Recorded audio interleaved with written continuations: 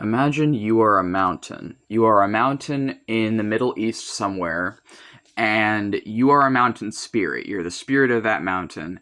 Now imagine that some humans come to this mountain every once in a while, and they have a couple goats with them, and every time on this mountain, they kill one of the goats, and they have that goat die, and they sacrifice it on this mountain, and you are the mountain.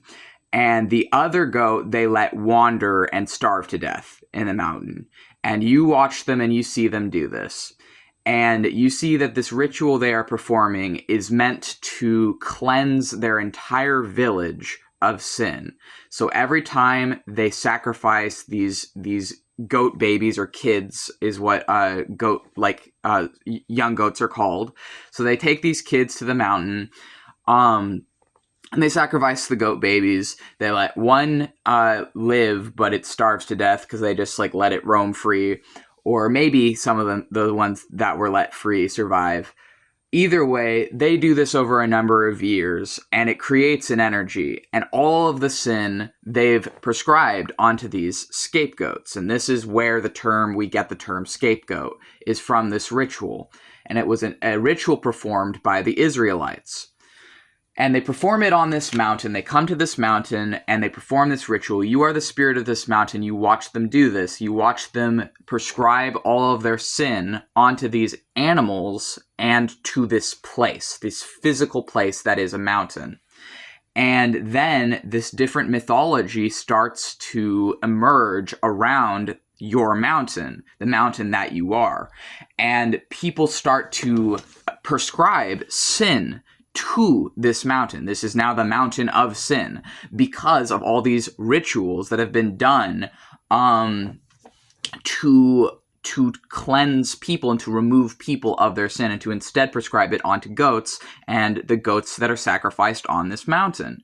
And you, as the spirit of the mountain, watch them, and you start to take on a mythological personification that is prescribed onto you of goats. You are deemed the goat of Mendes. Years later, you are deemed the sabbatical goat. You are prescribed onto this divine scapegoat. You are essentially prescribed to be a goat. So the spirit of this mountain is a goat, is a scapegoat, and is the blending of what is being done on this mountain creates a spirit. And it creates a spirit who is the scapegoat. And you watch these humans as they do this on your mountain, and as they assign you to be the holder of all of their sins. And then you see how they treat animals, you see how they treat each other, and you see that they've developed then more mythology using your name. After that, there comes mythology of you being a fallen angel and seducing women and teaching people witchcraft and all this other stuff. You see that, and you know that these people don't even recognize your former state as the mountain. They just see you as their scapegoat. And so every once in a while, there's someone who kind of digs beneath the surface, who doesn't fall for the story, who thinks it's odd that, this being who's deemed to be all evil, why would any god not have just defeated such a being by now? Why would they allow a being like that to exist?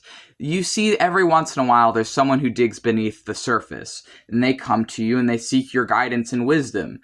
And all it takes is one conversation with them, for them to realize everything they've been taught about you is a lie. Everything that they have ever thought about you is a lie. And for them to realize that all you ever were was the spirit of a mountain originally that was taken and perverted into humanity's scapegoat and has remained humanity's scapegoat, the thing that is used as justification to harm minorities and to harm anything that doesn't fall within what people can't accept in themselves and the sins they cannot accept in themselves.